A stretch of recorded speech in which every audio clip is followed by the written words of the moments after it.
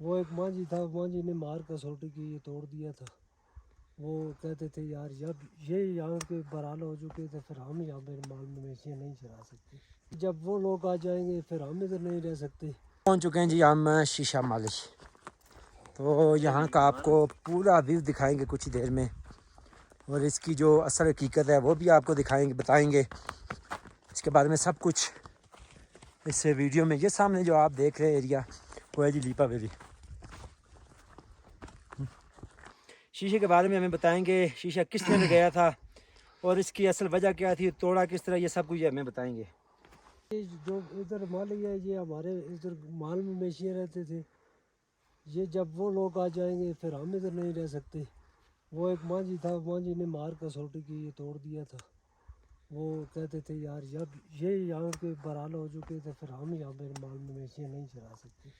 لیکن یہ کہ انہوں نے یہاں پہ برف پڑی ہوئی تھی، ایک شیشہ انہوں نے یہاں پہ رکھا. یہ جگہ ابھی بھی سیمنٹ اسی طرح پڑا ہوا ہے، یہ دیکھ رہے ہیں. جی.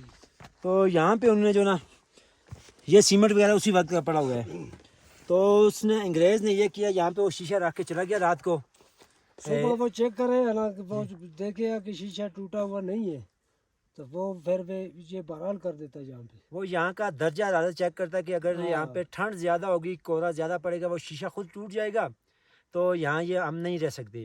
لیکن وہ یہ ہوا کہ ایک چودھری صاحب ہیں کوئی، وہ بھینسوں والا وہ بھینسوں والے آئے رات کو. یہاں یہی کامیاب ہو گئے تو پھر ہم یہاں پہ نہیں رہ سکتے. ہاں جی، ایک تو یہ تھا کہ وہ اگر انگریز یہاں پہ کامیاب ہو گئے تو پھر وہ اپنا وی آئی پی سسٹم ہوگا. یہاں پہ درخت وغیرہ ویسے بھی تو کاٹ لیں گے کیونکہ روڈیں بن جائے گی، سسٹم ساتھ تباہ ہو جائے گا.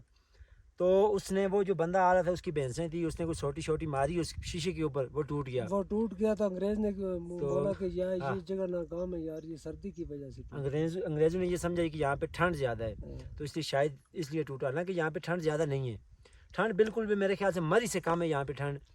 تو ابھی بھی اس وقت مری میں ٹھنڈ ہو چکی ہے، لیکن یہاں پہ ابھی بھی موسم بڑا بہترین ہے. تو آپ کو بتاتے ہیں ایک جی مہینہ یہاں اور موسم ایسے ہی رہے گا جی. تو یہ سامنے آپ دیکھ سکتے ہیں پٹھیالی جو مالی ہے وہ بالکل سامنے ہے. یہ سامنے ٹھیک ہو گیا. تو ابھی یہ آپ کو دکھائیں گے یہ والا ایریا. یہ سامنے کون سا ایریا ہے؟ یہ سریہ ٹاپ ہے. یہ آگے یہ سامنے آ گیا سریاں ٹاپ. یہاں پہ جو ہماری پاک آرمی ہے اس کے مورچے بھی ہیں، اور سامنے جو پار ایریا وہ سارا مقبوضہ وہ کشمیر ہے. مقبوضہ کشمیر کا ہے، سب تمام ایریا پار وہ ہے. پورا ایریا مقبوضہ کشمیر ہے. اور نیچے جو اس طرف جو نا یہ ہمارا یہ لیپا ویلی، یہ رالی سائڈ والا زیادہ پار جڑا ایریا ہے. جو پار والا ایریا سارا وہ انڈیا ہے، جموں کشمیر جی. جو انڈیا کے قبضے میں. اس طرف جو سارا آزاد کشمیر ہے یہ بھی میرے خیال پاکستان کے قبضے میں. جو کون سا نانگا پہاڑ، نانگا پربت، جسے نانگا پربت نانگا پہاڑ کہتے ہیں نا، وہ یہ سامنے یہ والا اور اس کے ساتھ والا. تو وہ بالکل میرے خیال سے نیچے پاؤں میں آ جاتی ہے، یہ شیشہ مالی کے پاؤں میں. یہاں پہ سب چیتے وغیرہ ہیں، اس کے بعد جڑی بوٹی ہے اور جنگلی پرندے بھی ہیں، شکار بکری بہت زیادہ ہے یہاں پہ. جی. تو آگے بھی ہم آپ کو دکھاتے ہیں. اس طرح جو ابھی تھوڑی سی دھند آ گئی ہے تو یہ ختم ہوگی. یہاں پہ نیچے جی لمنیاں، کئی منجا، اڑیالہ، گڑی دوپٹہ، جی. اور یہاں سے چکار بھی نظر آتا ہے بڑا آسانی سے. یہ دھند ہو تو وہ بالکل یہ دھند ابھی ختم ہو تو انشاءاللہ ہم آپ کو دکھائیں گے. تو ابھی ہم آپ کو دکھاتے ہیں اس طرف والا ایریا جو صاف ستھرا ہے. تو جموں کشمیر والا ایریا سارا آتے ہیں.